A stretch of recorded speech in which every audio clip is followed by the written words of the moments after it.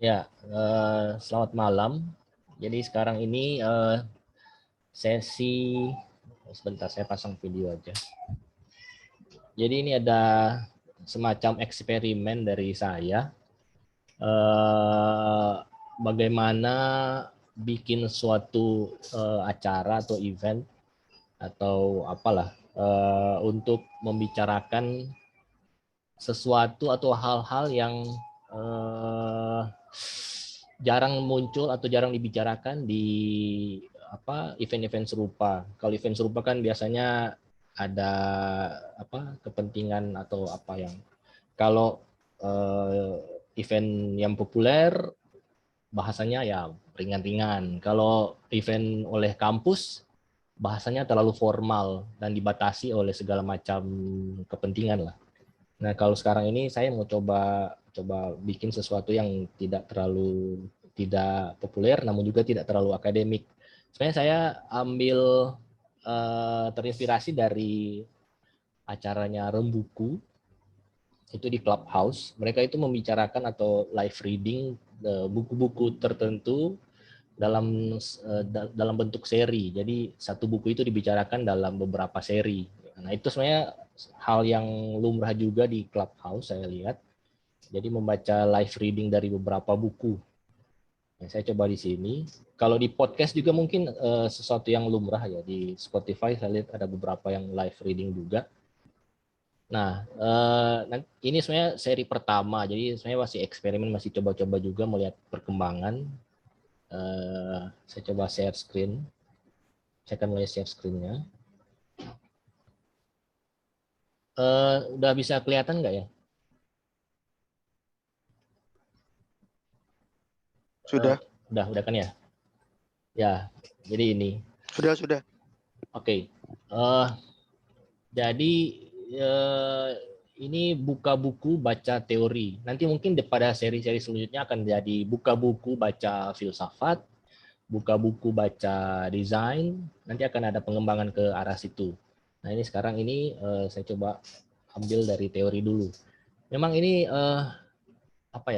secara personal ini sebenarnya ada keingintahuan untuk melihat lagi soal teori karena beberapa waktu lalu terlintas ada dikotomi antara teori dan praktik ya.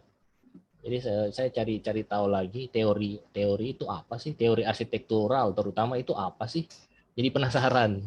Nah, waktu kemarin mau bikin jadi mencari format atau mencari channel untuk menyalurkan keinginan tahuan ini.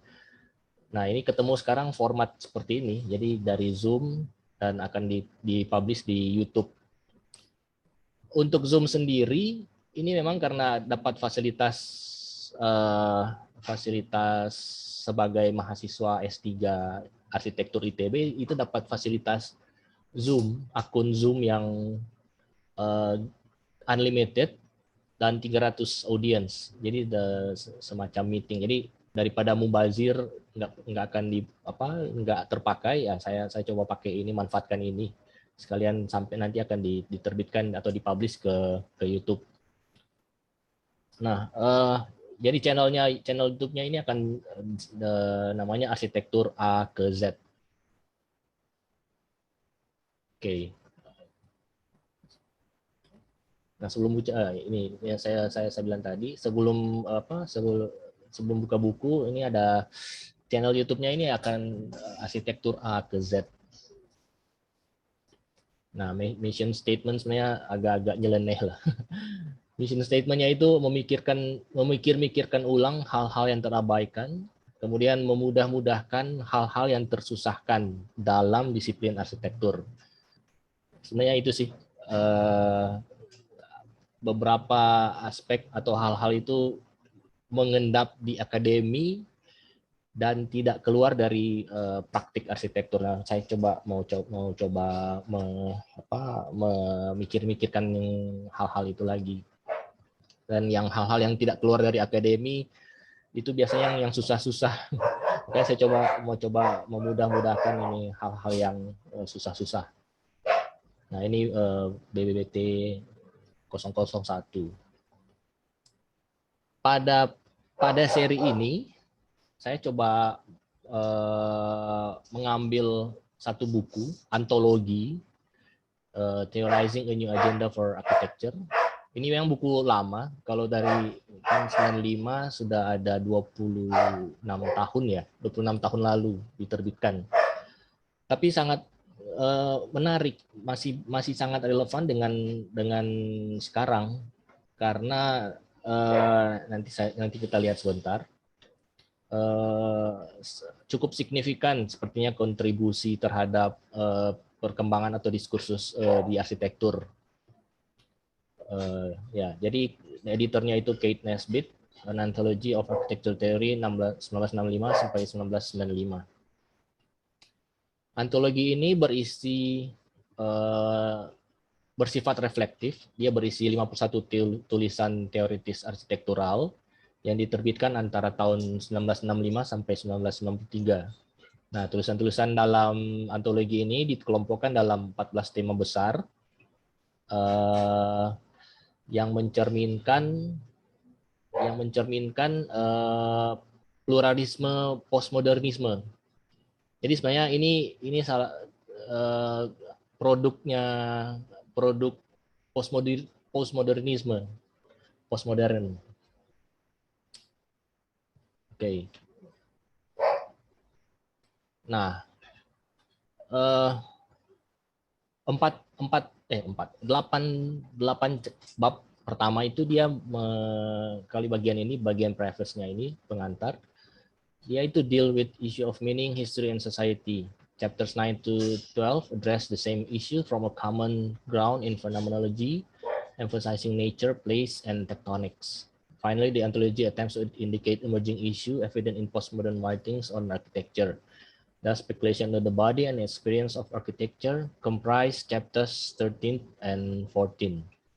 Nah, jadi bisa dilihat bahwa isu-isu yang dicakup dalam antologi ini ada 3 lapis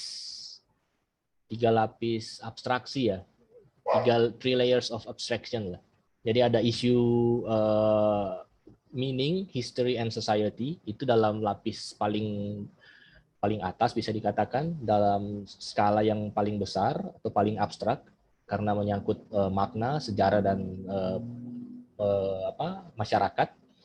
Kemudian pada lapis berikut ada soal fenomenologi yang terutama nature, place, and tectonics. Ini mungkin pada skala yang lebih kecil. Ini sepertinya skala yang terkait langsung dengan arsitektur atau bangunan lah, katakan seperti itu, pada skala bangunan dan konteks bangunan tersebut. Jadi ada place, tectonics, and nature. Kemudian pada lapis terakhir atau lapis paling dalam atau paling inti itu ada the body itself. Jadi tubuh pengguna manusia yang menggunakan arsitektur dan pengalamannya terhadap arsitektur tersebut. Jadi ada 3 lapis, memang ada 3 lapis, dari paling besar fenomenologi the building itself, dan then the body on experience of architecture. Nah, untuk sekarang pada sesi pertama ini saya mau coba fokus tidak semua ya, karena sangat bukunya saja itu ada 600 halaman. Jadi cukup banyak untuk dibahas sekaligus. Bagian pertama yang sekarang ini saya akan berfokus pada bagian introduction, bagian pengantarnya. Nah, bagian pengantar ini menurut Nesbitt dia mengisi bagian ini pandangannya terhadap arsitektural teori sebagai katalis perubahan. Dia berani menyebutkan bahwa teori adalah katalis perubahan dalam disiplin arsitektur dengan menjadikannya dengan menjadi diskursus paralel dan kritis terhadap praktik. Ini penegasan argumen yang cukup kuat ya. Dia menyebutkan bahwa itu sebagai katalis perubahan. Nah, jadi satu bab ini itu berisi tentang keperluan akan teori, paparan tentang the necessity of theory, tipe-tipe teori, tujuan teori, serta tema dan paradigma yang mewarnai teori-teori arsitektural dalam periode postmodern. Di bagian introduction ini pun sudah sebanyak itu dan sedalam itu. Jadi saya akan berfokus lagi, tidak semua bagian introduction ini akan dikupas pada sesi sekarang. Saya akan cuma dua bagian awal dalam bagian introduction ini. The Necessity of Theory Part 1 dan Part 1A, types of theory. Jadi cuma dua bagian ini. Ini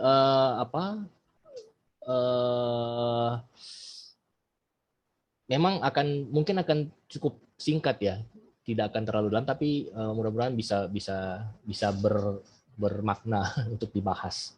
Dan saya pikir ini salah satu dua bagian awal yang sangat penting yang menegaskan kedudukan si Nesbit atau si antologi ini dalam keseluruhan pembicaraan di buku. Jadi ada part 1, saya mulai dengan The Necessity of Theory. Nah, dia memulai bagian ini dengan sebuah kalimat atau sebuah kalimat. Teori dalam disiplin arsitektur itu dimaknai sebagai sebuah diskursus yang mendeskripsikan praktik dan produksi arsitektur serta mengidentifikasi tantangan-tantangan di dalamnya.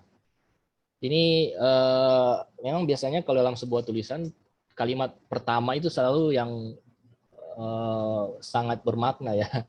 Dalam tulisan-tulisan bagus, kalimat pertama sebagai pembuka paragraf atau pembuka buku bahkan, itu adalah tulisan-tulisan yang paling bermakna.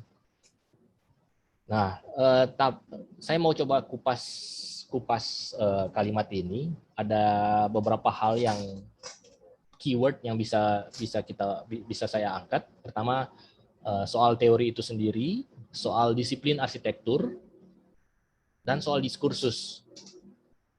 Mungkin sebagian besar pada umumnya lah masyarakat, orang-orang atau arsitek itu nggak tahu kalau ada yang namanya disiplin, nggak tahu kalau arsitektur itu adalah sebuah disiplin. Begitu juga dengan diskursus.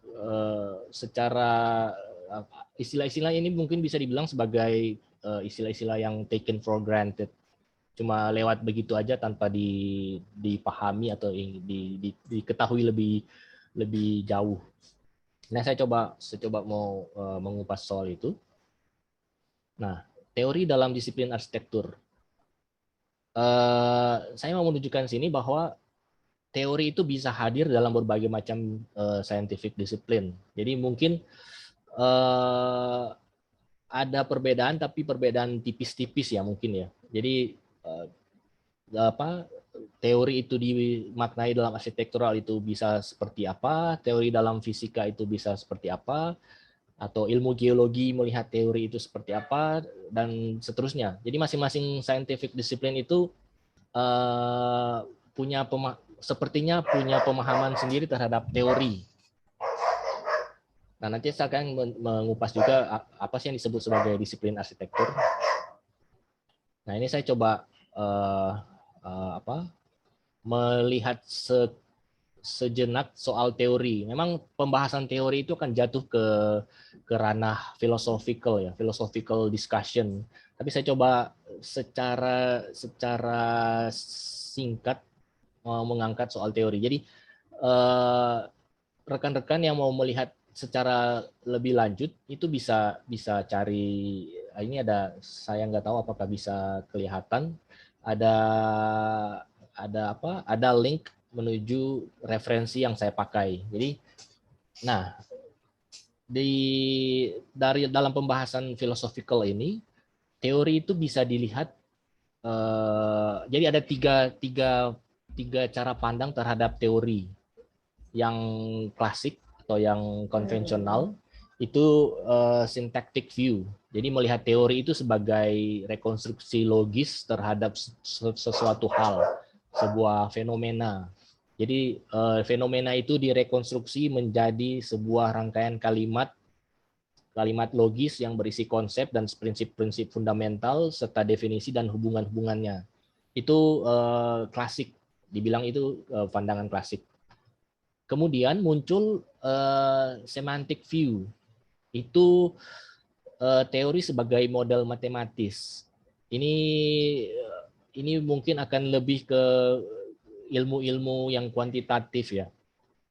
Jadi teori itu sebuah fenomena itu dijelaskan melalui persamaan-persamaan matematis, bahwa sebuah variabel ini dipengaruhi variabel ini akan menghasilkan variabel ini atau menghasilkan efek ini. Itu secara matematis dimodelkan. Nah, pada perkembangannya itu ada sebuah pandangan baru, pandangan pragmatis yang kalau dibilang itu mengkritisi dua pandangan sebelumnya. Jadi menurut pandangan pragmatis ini, teori itu sebenarnya sesuatu yang tidak berbentuk lah, an amorphous entity yang kompleks, yang sebenarnya mencakup si sintaktik sama si semantik. Jadi bukan cuma sekedar kata-kata yang berisi konsep atau prinsip-prinsip yang rangkaian kata-kata, dan juga bukan cuma sekedar model matematis, tapi itu digabung, maksudnya secara komprehensif lah. Bahkan dibilang di situ dalam pandangan pragmatis view itu sebuah teori itu menjelaskan fenomena, juga melihat konteks, kondisi atau contoh masalah-masalah, standar-standar, praktis dan tendensi kalau di. Jadi ada sesuatu yang lebih luas daripada sekedar model matematis dan sekedar konsep-konsep atau prinsip-prinsip fundamental. Ini kemungkinan besar saya curiga teori-teori arsitektural itu jatuh pada pandangan pragmatis ini, walaupun tidak secara sadar dipakai, mungkin secara tidak sadar dipakai oleh para teoritisi arsitektur, dan mungkin jatuh ke pragmatis view ini. Nah, teori itu sendiri itu adalah salah satu produk dari proses penyelidikan ilmiah. Jadi ada kata kunci penyelidikan ilmiah, scientific inquiry. Jadi teori itu tidak bisa dihasilkan dari orang diam di dalam kamar, merenung sebuah fenomena dan kemudian muncul dengan sebuah teori. Itu tidak bisa, karena teori itu hasil dari proses penyelidikan ilmiah atau scientific. Jadi ada proses yang metode-metode yang jelas atau sistematis sehingga mencapai pada suatu kesimpulan. Nah, itu teori. Jadi kalau ada yang bilang ada yang berteori tapi tanpa ada argumen yang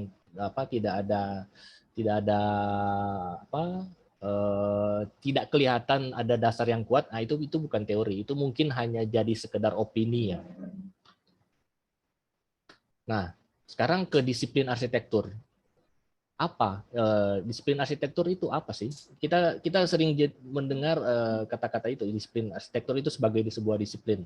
Nah, ini ada referensi dari Piotrowski dan Robinson, The Discipline of Architecture.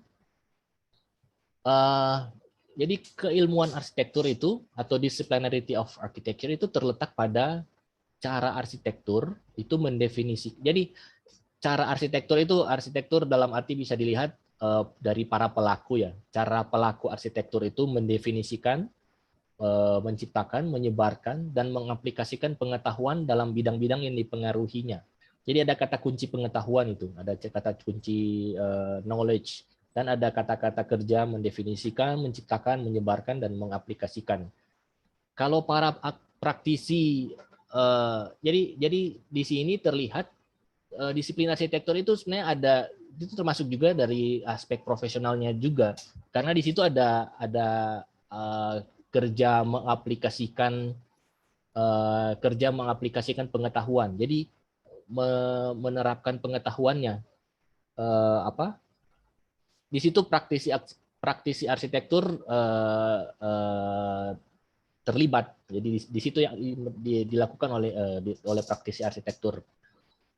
Nah, disiplin arsitektur itu bisa dibilang sebuah bidang ilmu field of study yang mendefinisikan, menciptakan, menyebarkan, dan mengaplikasikan pengetahuan arsitektural yang beda-beda dipengaruhinya.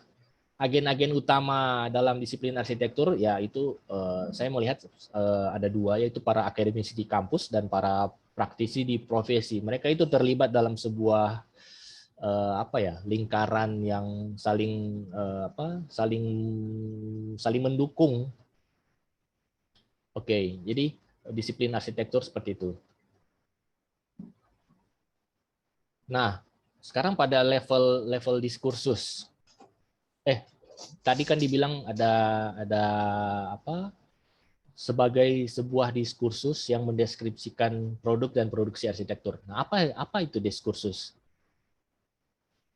Diskursus itu pada tingkat pemahaman yang paling sederhana itu adalah sebuah bentuk penggunaan bahasa dalam mengkomunikasikan ide, kepercayaan, dan emosi secara interaktif.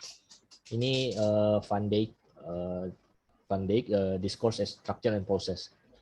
Jadi ada aspek komunikasi, ada sesuatu yang dan juga ada ide, dan jadi ada dua hal yang saling dikomunikasikan. Ada pertukaran ide, ada sesuatu yang ditukarkan. Itu diskursus. Secara sederhana diskursus itu. Memang kita sering ya taken for granted juga. Kan sering mendengar itu hanya wacana.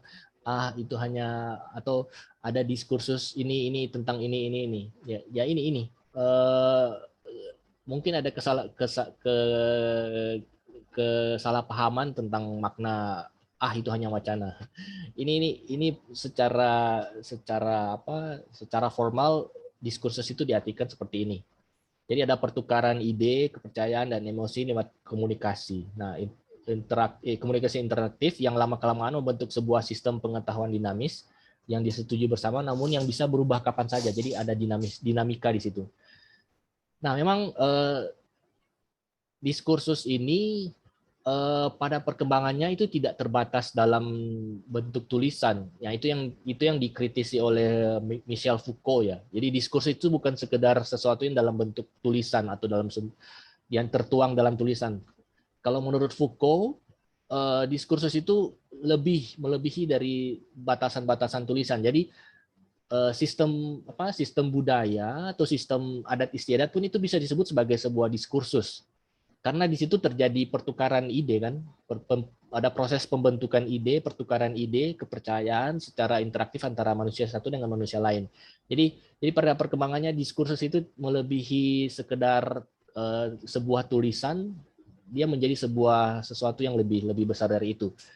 Nah, teori ini bisa juga dianggap sebagai sebuah diskursus, seperti yang dibilang oleh Kate Nesbitt dalam kalimat pengantarnya itu, karena teori juga itu sebenarnya dibentuk dari dan juga dipakai untuk pertukaran ide. Jadi ya itu terbentuk dari pengamatan lah. Pertama secara saintifik itu mulai dari pengamatan. Nah, setelah teori itu terbentuk, itu harus dikomunikasikan terhadap masyarakat umum, terhadap halayak. Nah, di situ terjadi pertukaran ide di antara para agen yang di dalam disiplin itu sendiri maupun di luar disiplin. Nah, ini teori arsitektural ya terutama ya, itu bisa dianggap sebagai sebuah diskursus. Memang ini harus ada pendalaman lebih jauh sih sebenarnya, karena sudah berbicara secara filosofis, dan ini sesi ini mungkin tidak akan lebih dalam mengupas soal itu. Sebagai pengantar cepat lah terhadap hal-hal ini. Nah, pada bagian selanjutnya Nesbitt menuliskan bahwa teori itu saling bertumpang tindih, tapi berbeda dengan sejarah arsitektural dan kritik.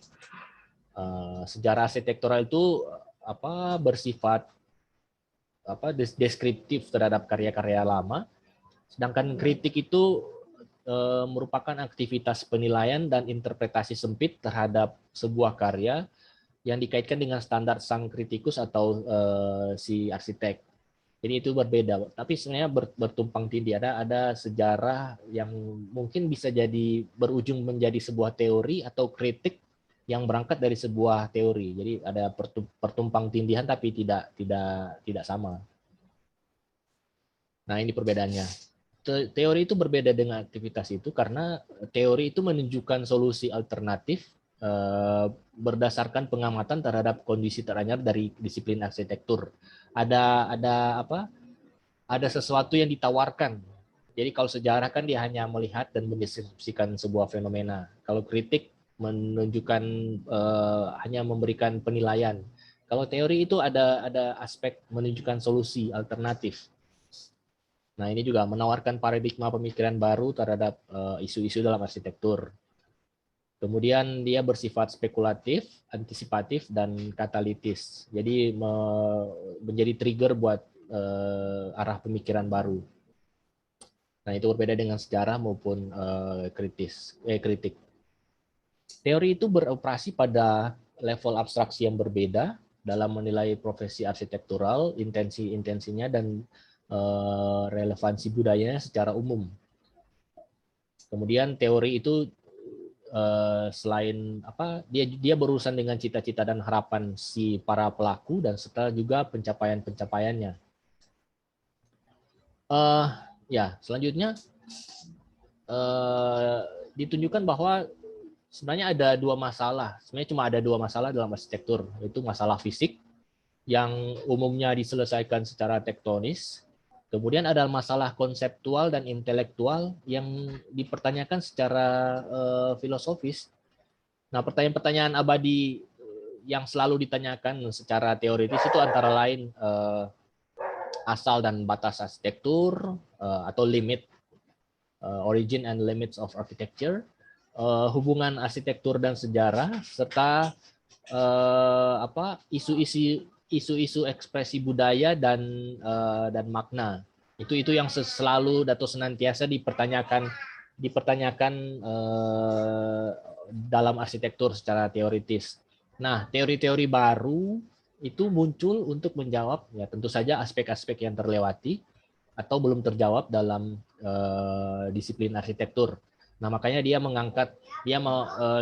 antologi ini mau melihat teori-teori baru ini, teori-teori baru muncul ini. Dia melihat terutama pada teori arsitektural yang muncul pada tahun 1965 sampai 1993. Karena menurut Nesbitt yang terjadi ada kesenjangan tulisan yang membahas arsitektur antara dua tahun itu, antara periode itu. Jadi teori arsitektur modern itu sudah pernah dibahas sebelum atau pre 1965 itu sudah banyak yang membahas, tapi belum ada yang dari 65 sampai ke tahun 93 atau beberapa tahun sebelum penerbitan antologi ini. Nah, dia melihat bahwa teori arsitektural itu dipenuhi oleh berbagai macam isu yang tidak saling mendominasi. Nah, dia menyebutnya bahwa periode ini adalah periode pluralis, di mana terjadi ketiadaan dominasi satu isu yang dikenal dengan sebagai periode postmodern. Nah, teori arsitektural postmodern ini memperlihatkan adanya krisis makna dalam disiplin arsitektur karena sebenarnya ini krisis makna ini tidak perlu dilihat sebagai sesuatu yang negatif karena sebenarnya sesuatu yang bagus juga bahwa makna itu dipertanyakan atau digugat lagi karena ya, di sini dibilang bahwa teori-teori arsitektur itu menjadi semakin bersifat interdisipliner yang bergantung pada banyak paradigma kritis. Jadi sesuatu yang bagus terjadi krisis makna karena memperlihatkan bahwa teori arsitektur itu menjadi lebih kaya, menjadi lebih interdisipliner dengan melihat banyak paradigma kritis. Nah, proyek Theorizing a New Agenda for Architecture ini bertujuan untuk merevisi modernisme dari posisi politis, etis, linguistik, estetik, dan fenomenologis. Jadi dia berangkat dari posisi-posisi tersebut. Nah, antologi ini bisa kita anggap sebagai sebuah usaha usaha pluralis untuk merangkai diskursus arsitektural postmodern. Mungkin bisa dianggap sebagai salah satu usaha awal atau antologi awal untuk setelah tahun 70-an ya, tahun 70-an 80-an ini antologi mau berusaha merekam atau merangkai diskursus tersebut dalam sebuah antologi. Nah, itu bagian necessity of theory. Memang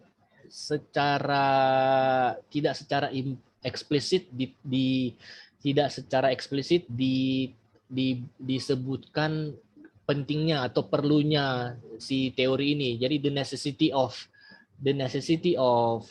theory itu tidak secara eksplisit dibilang dalam bagian ini. Tapi nanti pada bagian akhir akan saya coba bikin semacam summary untuk menunjukkan the necessity of theory menurut si Nesbit dan menurut interpretasi saya. Nah, kita masuk dulu pada bagiannya berikut. Ini mungkin lebih ringan untuk dipahami karena ini dia menunjukkan ada types of theory, beberapa types of theory. Nah, ini dia melihat teori arsitektural terutama dalam mungkin dalam periode yang dibilangnya itu 65 sampai 93 itu teori arsitektural itu bisa terbagi dalam beberapa sifat ya, beberapa tipe menurut cara melihat subjek. Cara teori itu melihat subjek penglihatannya atau subjek kajiannya. Dia itu akan bersifat deskriptif. Teori yang bersifat deskriptif, bersifat preskriptif. Ini sebenarnya urutannya deskriptif, preskriptif, proskriptif, critical, dan affirmative. Tapi saya urutkan lagi setelah saya melihat gimana sih hubungannya ini. Dan memang dalam paparannya memang setelah diurutkan setelah ditunjukkan ada 5, tetapi dalam pembahasannya sebenarnya tidak berurut seperti ini. Jadi kalau saya melihat dia seperti ini. Jadi deskriptif dan preskriptif itu terkait. Begini, teori kritikal itu sesuatu yang lebih luas daripada deskriptif dan preskriptif. Makanya dia ada saling keterkaitan. Critical itu a broader view of prescriptive dan deskriptif. Nah, begitu juga dengan ini, proskriptif dan afirmatif. Salah satu subtipe, mungkin bisa dibilang gitu, subtipe dari proskriptif itu adalah teori yang afirmatif, yang konservatif istilahnya. Istilah lainnya konservatif. Nah, tapi ada juga teori preskriptif yang bersifat critical dan afirmatif. Nah, ini ada keterkaitannya jadi seperti ini. Preskriptif itu bisa bersifat critical dan afirmatif. Proskriptif itu salah satu sifatnya adalah afirmatif. Dan critical bersifat lebih luas dari deskriptif dan preskriptif. Nah, apa itu teori-teori deskriptif? Dia mengidentifikasi beberapa hal. Pertama, teori deskriptif itu berupa tinjauan historis yang tidak secara eksplisit mengambil posisi atau perspektif tertentu. Yaitu penjelasan terhadap fenomena yang berdasarkan pada korelasi kejadian-kejadian faktual. Misalnya ini katanya ada tinjauan yang melihat hubungan new technologies berpengaruh pada changes in design. Salah satu contoh yang diberikan, contoh yang diberikan dalam teori deskriptif ini adalah diskursus yang dibangun oleh Nikolaus Pevsner dalam Pioneers of Modern Design. Jadi ini Pioneers of Modern Design ini hanya semacam tinjauan historis yang mendeskripsikan para pioneers of modern design. Jadi tidak memberikan penilaian tertentu atau melihatnya dari perspektif tertentu. Jadi hanya dipaparkan secara deskriptif saja. Kemudian ada teori preskriptif, bersifat preskriptif. Ini itu bersifat sebagai promosi solusi baik yang baru atau yang dihidupkan lagi terhadap sebuah masalah spesifik problem. Dia itu membentuk norma baru dalam praktik, standar positif, bahkan dia bisa menciptakan sebuah metode desain baru, jadi mempromosikan sebuah metode desain baru. Teori preskriptif ini bersifat kritis dan radikal, atau bisa juga mendukung status quo, walaupun ya tetap polemikal. Makanya tadi waktu di ini itu bisa preskriptif itu bisa critical maupun afirmatif. Jadi yang mendukung status quo itu yang disebut sebagai sesuatu yang afirmatif atau yang konservatif. Ini contohnya ada Michael Graves Return to Humanist Ideals, itu dalam dalam artikel A Case for Figurative Architecture. Ini dalam bukunya ini di antologi ini ada di chapter saya lupa di chapter berapa. Nanti pada sesi berikut mungkin akan dibahas juga ini. Kemudian ada William McDonough Ecological Manifesto in Hanover Principles. Jadi kedua contoh ini ada sesuatu yang dipromosikan. Misalnya kalau di A Case for Figurative Architecture itu dipromosikan atau diusulkan bahwa arsitek itu harus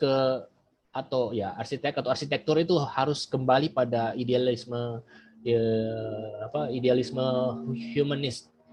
Jadi ada sesuatu yang diusulkan, mungkin bisa kritikal terhadap arsitektur yang mungkin sudah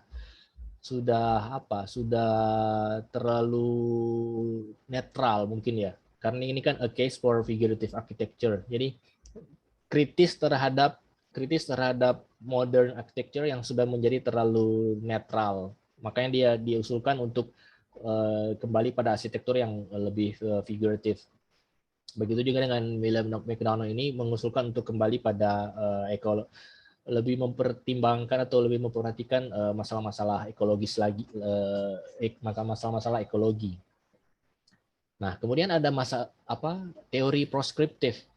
Ini sebenarnya yang tidak disadari oleh para praktisi ya mungkin ya, karena di sini dibilang bahwa sebenarnya teori-teori aturan-aturan atau building codes itu sebenarnya adalah sebuah teori proskriptif. Dia mempromosikan standar hal-hal yang harus dihindari dalam desain. Peraturan bangunan gedung, peraturan tentang perumahan, peraturan kota, itu sebenarnya teori-teori yang proskriptif. Makanya kalau dibilang praktisi teori itu terlepas dari praktik, itu sebenarnya agak keliru ya. Karena sebenarnya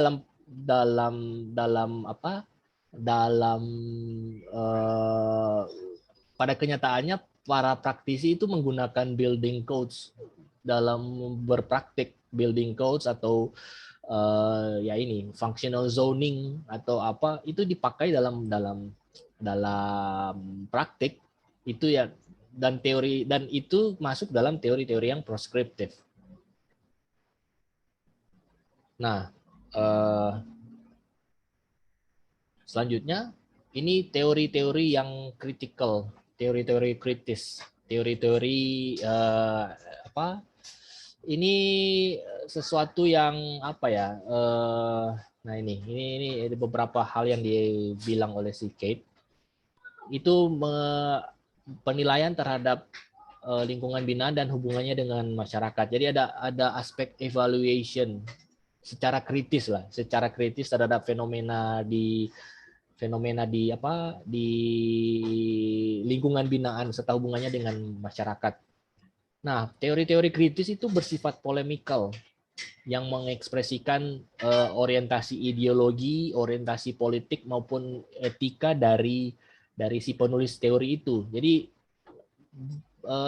cari gara-gara lah, bisa dibilang itu, bersifat polemikal, mencari gara-gara dengan memakai posisi penulisnya itu. Jadi mau dihantam pun nggak masalah, karena secara kritis melihat ada sesuatu yang bertentangan dengan posisinya. Nah, ini teori-teori kritikal ini bertujuan untuk mendorong perubahan. Jadi harus ada change, ada perubahan terhadap sesuatu. Bersifat spekulatif, bersifat mempertanyakan, dan kadang-kadang utopian. Nah, ini orientasi ideologi ini dicontohkan di buku itu. Sebenarnya ada orientasi ideologi Marxism, bahkan orientasi ideologi feminisme, bahkan Marxism. Jadi teori-teori kritikal biasanya berangkat atau memakai pandangan-pandangan ideologi seperti itu. Ada terutama yang teori kritik yang agak keras ya. Jadi ada menggunakan ideologi-ideologi yang sudah mapan, bisa dibilang seperti itu. Nah, ini dicontohkan itu ada Kenneth Frampton's Resistance to Homogenization of the Visual Environment dalam Critical Regionalism. Jadi ada teori, si Kenneth Frampton ini mengusulkan sebuah teori critical regionalism karena dia kritis terhadap terjadinya homogenisasi dari visual environment. Nah, ini memang imbasnya terasa sampai sekarang ya, si Kenneth Frampton, dengan ya katakanlah yang terjadi pun di Indonesia pun seperti ini. Jadi tujuan dari teori kritis ini sepertinya tercapai untuk mendorong perubahan. Makanya bisa terasa imbas-imbasnya sampai sekarang. Nah, kira-kira kalau saya bikin summary akan seperti ini, tapi saya belum tahu apakah ini bisa disebut sebagai summary atau tidak. Tapi kalau dari cuplikan dari dua subbab yang sangat pendek itu sebenarnya bisa ditarik sebuah ke summary, bahwa teori itu sebenarnya diperlukan dalam disiplin arsitektur, karena teori itu mengandung pengetahuan-pengetahuan yang terbentuk lewat proses penyelidikan yang teliti. Entah dia itu cuma proskriptif dalam hal cuma zoning atau peraturan bangunan, atau sampai pada teori-teori kritis, itu sudah melewati proses penyelidikan yang teliti. Kan kalau bangunan gedung itu kan tidak muncul secara tiba-tiba atau muncul dari angan-angan, karena itu teori proskriptif itu kan dibikin atau disusun berdasarkan saya yakin berdasarkan sistematika atau metode-metode yang rigorous. Nah, ini teori arsitektural dalam berbagai sifatnya itu bisa dipakai sebagai diskursus dalam disiplin arsitektur. Nah, seperti saya bilang tadi, termasuk dalam aspek profesionalnya oleh praktisi arsitektur. Jadi kalau dibilang praktisi itu terpisah dengan teori, sebenarnya nggak begitu, karena mereka hidup bernafaskan dengan teori, paling sederhana dengan teori proskriptif. Ya, seperti itulah. Nanti dalam pembahasan buku ini, antologi ini, mungkin akan kelihatan secara lebih jelas teori ini masuk dalam tipe apa, teori kritis itu akan ditunjukkan dalam bentuk seperti apa, dan seterusnya. Itu akan kelihatan, dan akan kelihatan dinamika yang terjadi dalam sepanjang 30 tahun yang di cover dalam antologi ini. Itu akan menjadi sangat menarik untuk bisa diingat-ingat lagi, atau dipertimbangkan lagi, atau diingat-ingat lagi oleh para praktisi maupun para akademisi. Jadi dikotomi teori praktik itu mungkin mudah-mudahan bisa dipertimbangkan lagi lah. Nah, ini saya sekedar menanyakan lah, mungkin akan bisa jadi perenungan atau diskusi buat siapapun nanti, bahwa ini dalam posisi sebesar dalam the sphere universe ini ada banyak sekali spheres yang saling berkaitan. Saya melihat ini ada 4: akademisi, teori, praktisi, dan praktik. Ini sebenarnya saling berhubungan, tapi saya belum berani menunjukkan hubungannya seperti apa atau garis-garisnya seperti apa. saya mungkin bilang bahwa praktisi itu menggunakan teori dalam praktik produksi karya, akademisi mengamati praktik proses produksi dan produknya itu untuk menyusun teori. Mungkin itu bisa jadi bahan perenungan dan bisa menjadi bahan diskusi dalam diskursus arsitektur. Ya, untuk sesi ini memang sependek ini sih. Selamat datang buat teman-teman yang baru muncul ya. Tadi kita sudah mulai dari jam 6.15. Nanti mungkin bisa silakan di-unmute saja karena presentasi saya sebenarnya sudah selesai sih ini. Siapa tahu mau ada diskusi dari teman-teman yang mengikuti dari Tanya awal jawab mungkin. gitu, maksud tanya jawab. Iya, bisa kita diskusi aja sih. Mungkin ada pendapat dari teman-teman yang mulai mengikuti dari awal, dari Bung Peter sama Heinze mungkin ya. Nanti silahkan. Ya saya senang ikut kuliahnya ya, dan tuh ada undi dan ada undi juga tuh. Undi aja deh nanya deh, lebih.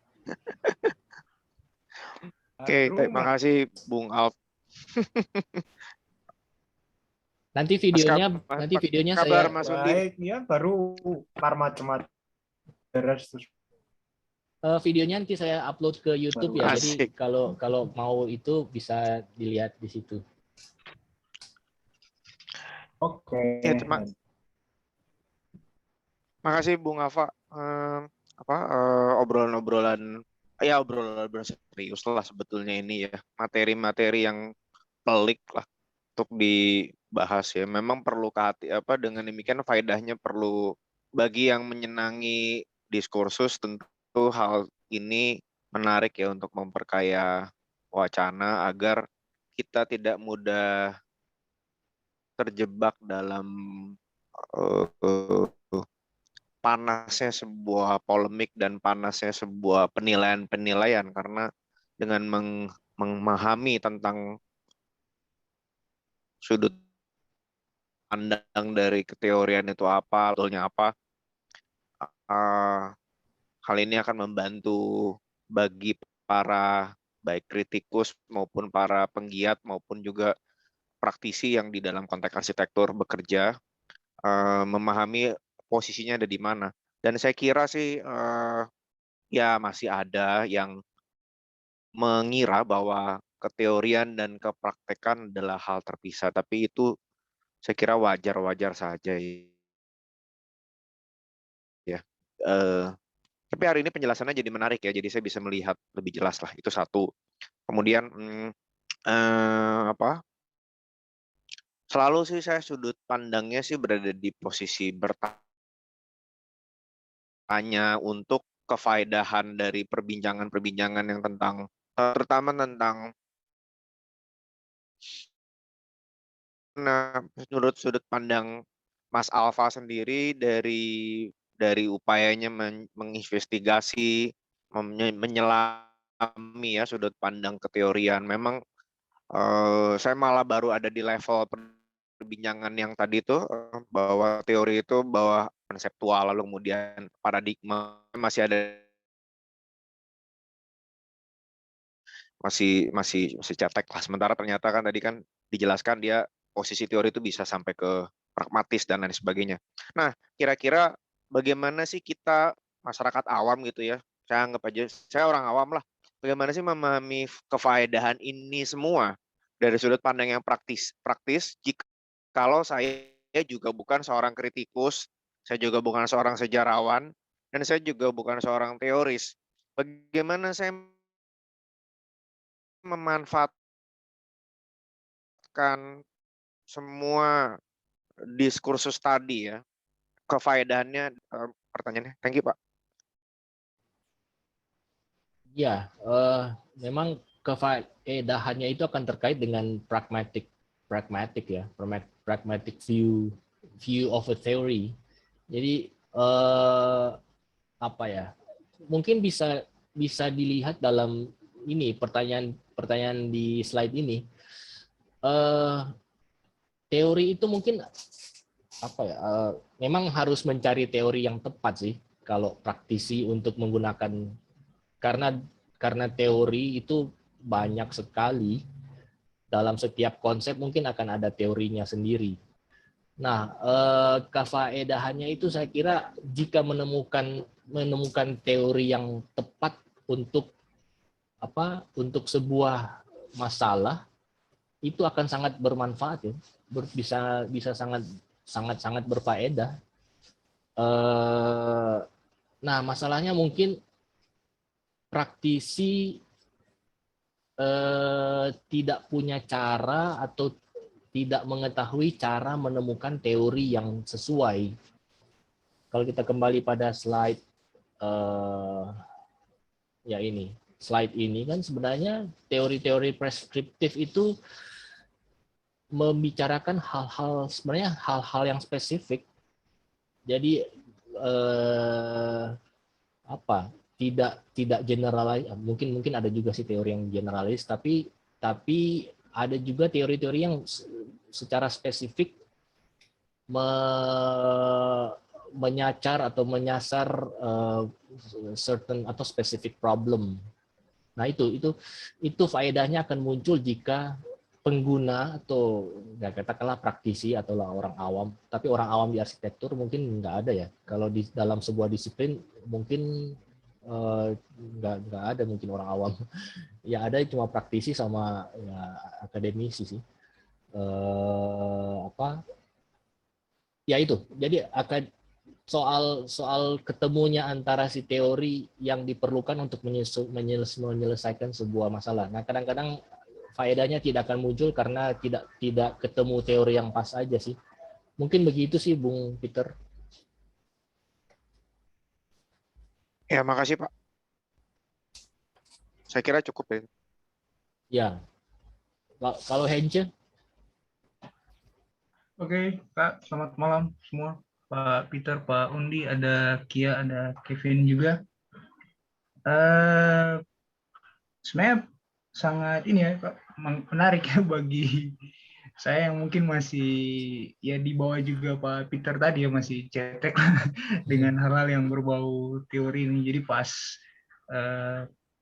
Kak Alfa kemarin memposting poster itu, wah ini sangat menarik ya untuk mereview kembali apa yang mungkin sudah pernah dipelajari di kampus, tapi ternyata pas ikut dari awal tadi sepertinya pembahasan ini jauh lebih lebih jelas daripada apa yang pernah dipelajari di kampus ya.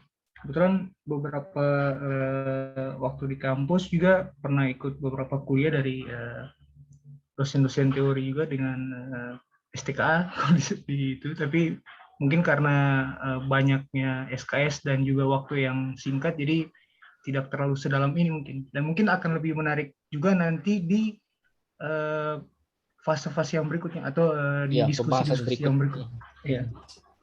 Cuman mungkin ini akan menjadi lebih membingungkan karena nantinya bagi saya sendiri akan bingung karena mau menempatkan diri sebagai apa ini nanti, sebagai desainer atau sebagai mungkin ya tadi pelaku kritik teori atau filosofer ini, atau mungkin dapat disebut sebagai observer ya kalau ini mungkin kayak ya pengamat terkait ini. Mungkin itu sih Kak, kalau dari untuk saat ini belum ada pertanyaan sih karena mungkin di yang berikutnya kayaknya pada pemaparan teori-teorinya sendiri itu mungkin yang akan muncul lebih banyak pertanyaan ya. Ya, karena ada beberapa istilah-istilah tadi dengan pembagian teori itu jadi menarik karena saya juga baru tahu sih baru memasuki fase ini dengan jadi ya mungkin setelah ini sih jadi akan lebih menarik sih. Mungkin itu sih Kak. Makasih. Ya, makasih Hence. Ya memang sedikit komentar. Saya ingat tadi membedakan antara si Kate ini membedakan antara teori sama sejarah dan kritik. Jadi kan tadi Heinze bilang ada posisinya akan sebagai pengamat atau sebagai filosofer. Jadi sebenarnya tidak perlu takut dengan teori karena ya ini teori itu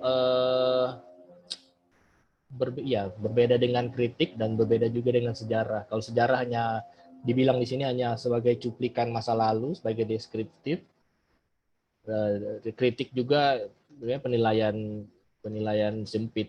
Kalau teori itu bisa lebih luas dan bisa lebih spesifik ya, mungkin dan ada makna tertentu yang apa, tapi memang tidak berbeda dengan kritik yang penilaiannya yang benar-benar penilaian sempit atau interpretasi sempit. Ya, tapi itulah teori apa, dalam teori kita bisa menemukan di sini kan bisa menemukan solusi-solusi alternatif terhadap problem dalam praktik. Kita bisa ketemu paradigma baru atau perspektif baru dalam melihat sebuah hal, mungkin bahkan dalam proses perancangan pun dalam hal-hal kecil, misalnya di mana mau taruh dapur misalnya. Secara teoritis itu bisa ketemu sebenarnya secara spesifik tata ruang. Itu kan itu teori tata ruang di mana dapur itu paling baik ditempatkan secara ketata ruangan, itu ada teorinya, itu secara spesifik bisa dicari secara teorinya atau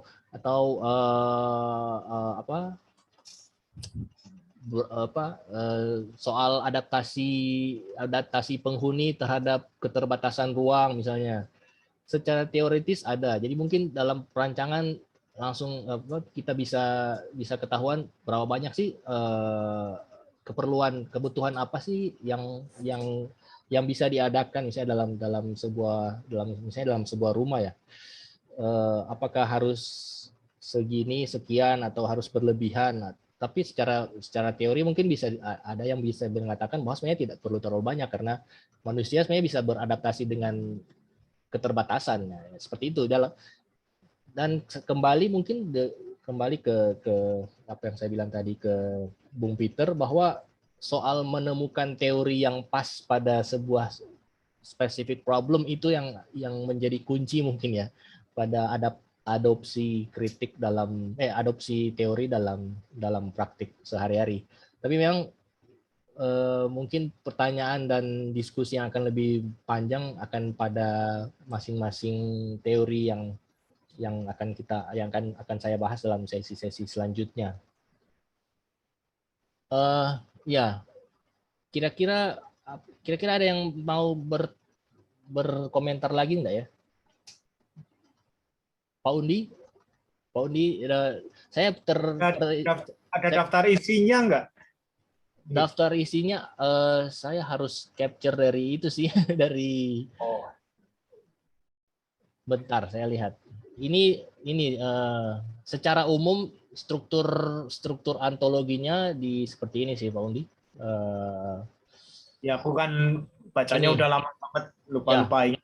Jadi dalam dia itu ada the first 8 chapters itu deals with issue of meaning, history and society.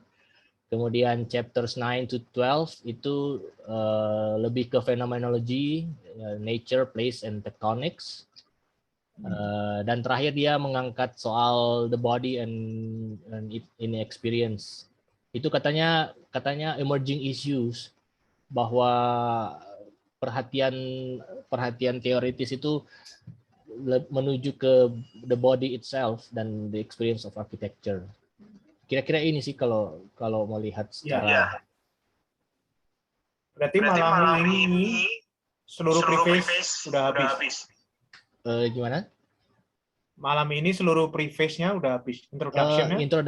Introduction pun saya masih ambil yang part 1 and part 1A. Karena part 1B itu berbicara soal the necessity of pentingnya membuat teori theoretical treatise. Kemudian ada part 2, dia bicara tentang paradigma dan themes-nya antologi ini. Dia bahas satu persatu yang isu yang ini, meaning, history, and society, dan seterusnya. Itu dibahas satu persatu nanti.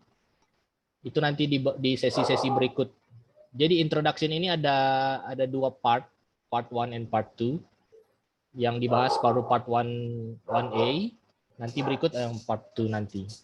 Nah, itu juga mungkin akan menarik dan mungkin akan lebih membingungkan sih, karena akan muncul istilah-istilah yang lebih lebih filosofikal mungkin ya, karena akan membicarakan soal meaning, soal history, soal society, soal phenomenology dan seterusnya. Jadi tema-tema dan paradigma itu yang akan dibahas lebih lanjut.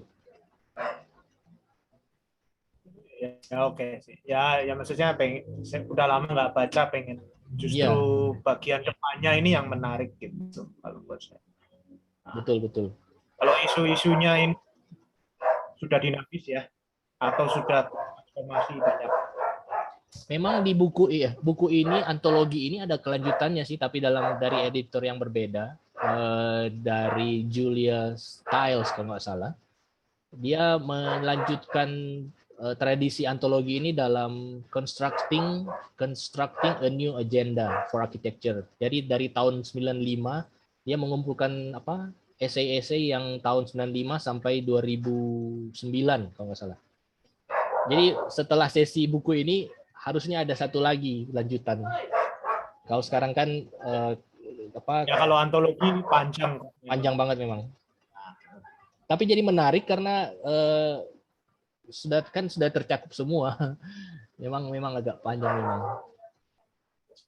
Dan celakanya, mungkin ada kekurangan sedikit dari format antologi ini karena sudah melewati proses interpretasi dari editor. Jadi sepertinya teks yang ditampilkan itu tidak utuh. Kalau saya nggak salah ya. Teks yang ditampilkan jadi sudah melewati proses kurasi juga dari si editor. Jadi hanya menampilkan bagian yang sesuai dengan kepentingan kuratorial. Mungkin seperti itu kan ya kalau antologi. Ya wajar-wajar aja. Itu membantu tapi juga membatasi. Iya, betul. Dengan membatasi kita terbantu. Iya. Di rethinking architecture juga kan seperti itu. Jadi teksnya tidak utuh, dipotong-potong juga. Begitu juga dengan yang kan ada beberapa antologi yang sudah beberapa kali terbit. Ya, Theories and Manifestos, terus apalagi yang dari Michael Hayes itu antologi juga dipotong-potong juga. Memang bagusnya kita baca teks utuh ya, tapi itu bacaan berat sebenarnya.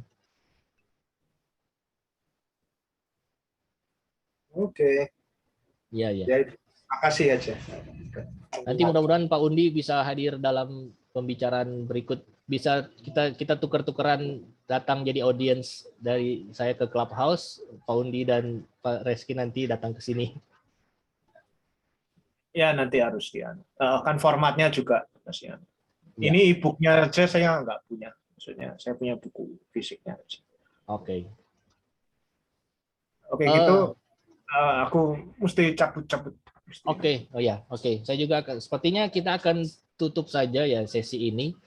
Nanti karena memang bagian introduction ini sebagai pemanasan lah ya. Saya sekalian coba-coba format yang terbaik, yang paling bagus yang akan dipakai. Nanti sesi berikut nanti saya akan publish poster juga. Kemungkinan besar akan membahas yang part 1B sampai part 2 dari bagian introduction. Mudah-mudahan bisa mencapai audiens yang lebih luas, biar diskusinya bisa lebih mendalam, lebih panas, supaya soal theoretical issue ini bisa faedahnya bisa lebih terasa lah ya, kalau menurut memakai istilah Bung Peter tadi. Kira-kira begitu ya teman-teman ya. Oke. Nanti kita jumpa lagi atau ketemu lagi di sesi berikut. Terima kasih atas kedatangannya di malam Bung ini. Peter kalau mau faedah kripto aja.